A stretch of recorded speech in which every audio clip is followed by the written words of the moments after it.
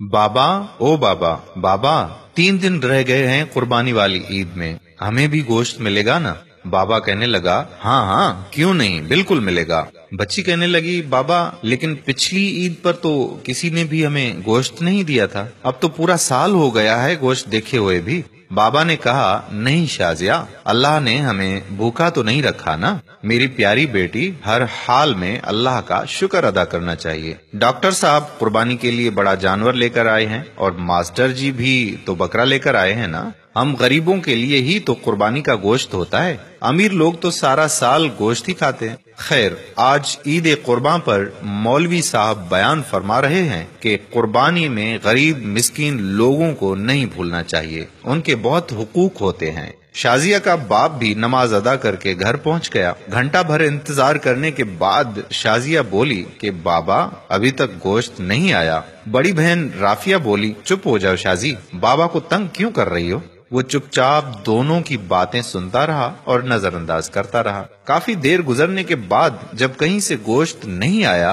तो शाजिया की माँ बोली कि जी सुनिए जी, मैंने तो प्याज और टमाटर भी काट दिए हैं, लेकिन कहीं से अभी तक गोश्त नहीं आया। कहीं भूल तो नहीं गए हमारी तरफ गोश्त भिजवाना? आप खुद जाकर मांग लें। बाप बोला कि शाजिया की माँ, तुम्हें तो पता है आज तक हमने कभी किसी से कुछ मांगा ही नहीं, अल्लाह पाक कोई ना कोई सबब पैदा करेगा। दोपहर गुजरने के बाद शाजिया के इसरार पर पहले डॉक्टर साहब के घर गए और बोले, डॉक्टर साहब मैं आपका पड़ोसी हूँ, क्या कुर्बानी का गोश्त मिल सकता है? ये सुनना था कि डॉक्टर साहब का रंग लाल पीला होने लगा और हिकारत से बोले, पता नहीं कहाँ कहाँ से आ जाते हैं गोश्त मांगने, और तड़ाक से दरवाजा बंद कर दिया। तौहीन के एहसास से उसकी आंखों में आंसू आ गए और बोझल कदमों से चल पड़ा। रास्ते में मास्टर जी के घर की तरफ कदम उठे और वहाँ भी वही दस्ते सवाल। मास्टर जी ने गोश्त का सुनकर अजीब सी नजरों से देखा और चले गए।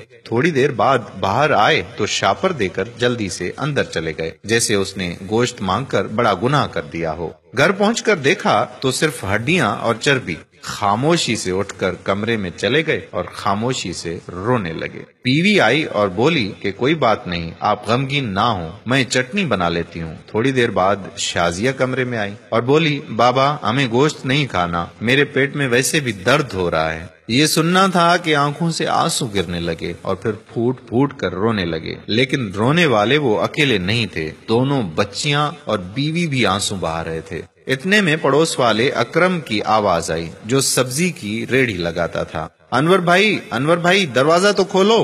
दरवाजा खोला तो अकरम ने 3-4 किलो गोश्त का शापर पकड़ा दिया और बोला कि गांव से छोटा भाई लाया है, इतना हम अकेले नहीं खा सकते, ये तुम भी खा लेना। खुशी और तशक्कुर के एहसास से आंखों में आंसू आ गए और अकरम के लिए दिल से दुआ निकलने लगी। गोश्त खाकर अभी फारिग हुए ही थे कि बहुत जोर का तूफान आया, बारिश शुरू हो गई, उसके साथ ही बिजली भी चली गई। दूसरे दिन भी बिजली नहीं आई। पता किया तो मालूम हुआ कि ट्रांसफार्मर जल गया है। तीसरे दिन शाजिया को लेकर वो बाहर कहीं जा रहे थे तो देखा कि मास्टर जी और डॉक्टर साहब बहुत सा गोश्त बाहर फेंक रहे थे, जो बिजली ना होने की वजह से खराब हो चुका था और उस पर कुत्ते झुपट रहे थे। शाजिया बोली कि बाबा क्या कुत्तों के लिए कुर्बानी थी? वो शाजिया का चेहरा देखते रहे और मास्टर जी और डॉक्टर साहब ने ये सुनकर गर्दन झुका ली। खुदारा एहसास करें गरीब और मिस्कीन लोगों का। ये सिर्फ वीडियो ही नहीं, अपने आसपास खुददार मसाकीन की जरूरतों से हमा वक्त आगाह रहने की आपसे दरख्वास्त भी है।